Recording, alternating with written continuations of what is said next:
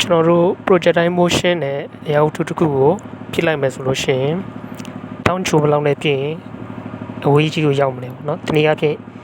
ဒီတာရဲ့တန်ဖိုးကိုဘယ်လောက်နဲ့ထားရင်အဝေးဆုံးရောက်မလဲဆိုတာကိုကျွန်တော်စမ်းသပ်ကြည့်အောင်။ဆိုတော့အကွာအဝေးရဲ့ပုံသင်နည်းကိုကြည့်မယ်ဆိုလို့ရှိရင်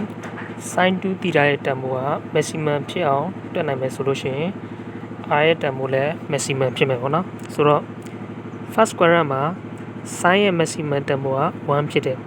။ဒါဆိုရင် sin 2 theta 1ဖြစ်ဖို့ theta ရဲ့တန်ဖိုးက45 degree ဖြစ်ရမယ်ပေါ့နော်။ဒါမှ sin 90 degree က1ဖြစ်မယ်ပေါ့နော်။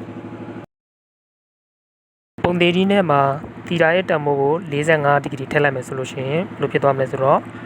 r equal v0 square by g ဆိုပြီးတော့ရတာပေါ့နော်။ဒါ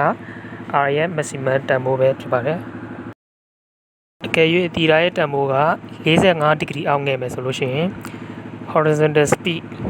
များပဲမဲ့ vertical component နေတဲ့အတွက်အချိန်မကြာဘဲနဲ့ပြန်ကျသွားမယ်ပေါ့နော်။အကယ်၍thetaရဲ့တန်ဖိုးက45 degree ထက်ကြီးမယ်ဆိုရင် vertical speed ကများမယ်ပြန်တန်းချိန်ကြာနိုင်ပေမဲ့ horizontal component ကနေတဲ့အတွက်အဝေးကိုမရောက်နိုင်ပါဘူး။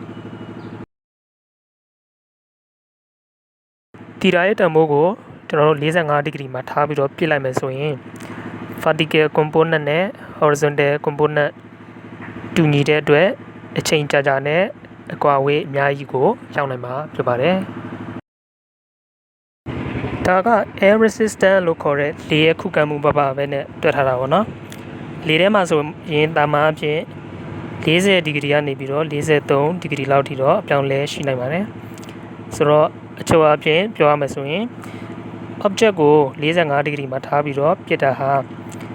horizontal component နဲ့ vertical component balance ဖြစ်တဲ့အတွက်ကြောင့်မလို့အချိန်ကြာကြာနဲ့အကွာအဝေးအများကြီးကိုရှောင်းနိုင်မှာပဲဖြစ်ပါတယ်။ကြည့်ရှုပေးတဲ့အတွက်အားလုံးကိုကျေးဇူးတင်ပါတယ်